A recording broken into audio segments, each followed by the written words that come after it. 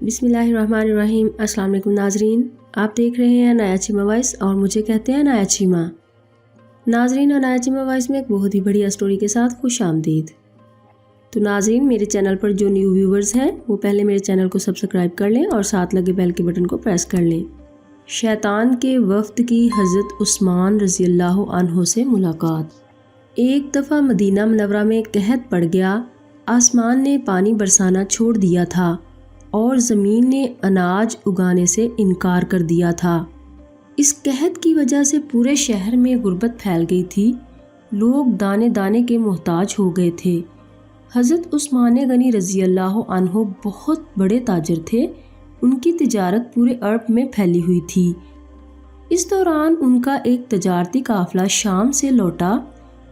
اس قافلے میں 1000 اونٹ تھے۔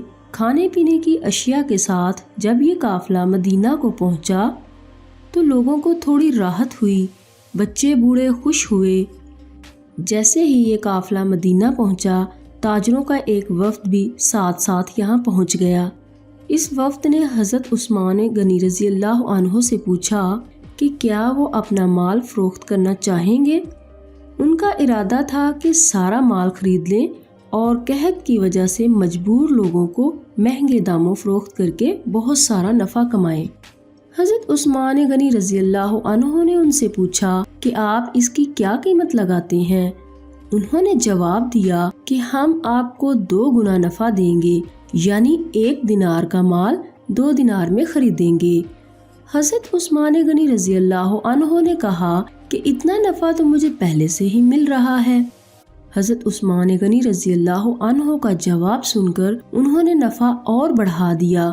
پھر بھی حضرت عثمان غنی رضی اللہ عنہ نے وہی جواب دیا کہ اتنا تو مجھے پہلے سے ہی مل رہا ہے۔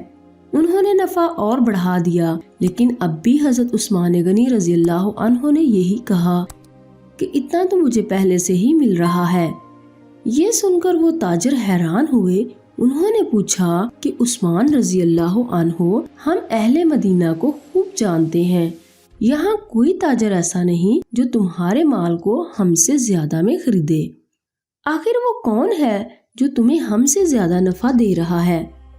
حضرت عثمان رضی اللہ عنہ نے جواب دیا، اللہ، جو نفع تم مجھے دے رہے ہو میرے رب نے مجھے اس سے بہت زیادہ نفع دینے کا وعدہ کیا ہے۔ یہ کہہ کر حضرت عثمان غنی رضی اللہ عنہ نے اپنے لوگوں کو حکم دیا کہ تمام مال اہل مدینہ اور ضرورت مندوں کے درمیان تقسیم کر دیا جائے۔ حضرت عثمان رضی اللہ عنہ کے سامنے اس وقت قرآن کی یہ آیت تھی، جو لوگ اپنا مال اللہ کی راہ میں صرف کرتے ہیں ان کے خرچ کی مثال ایسی ہے جیسے ایک دانہ بویا جائے اور اس سے 7 بالیں نکلیں اور ہر بال میں 100 دانے ہوں۔ اسی طرح اللہ جس کے عمل کو چاہتا ہے بڑھا دیتا ہے، وہ فراخ دست بھی ہے اور علیم بھی۔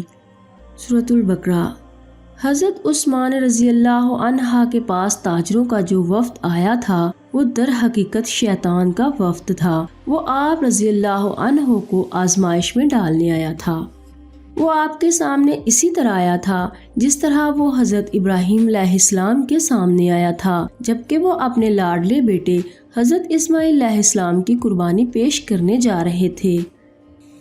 شیطان حضرت عثمان رضی اللہ عنہ کے سامنے دنیاوی فائدے کو بڑھا چڑھا کر بیان کر رہا تھا تاکہ عثمان رضی اللہ عنہ آخرت کے دائمی فائدہ سے محروم ہو جائیں، لیکن چونکہ حضرت عثمان رضی اللہ عنہ کا ایمان زندہ تھا اس لیے انہوں نے دنیاوی فائدے پر آخرت کے فائدے کو ترجیح دی۔ انہوں نے سمجھ لیا کہ ان کے سامنے شیطانی وفد ہے جو انہیں آخروی نفع سے ہمیشہ کے لیے محروم کرنا چاہتا ہے۔ ایسی ہی سخاوت کی وجہ سے انہیں غنی کا لقب عطا ہوا۔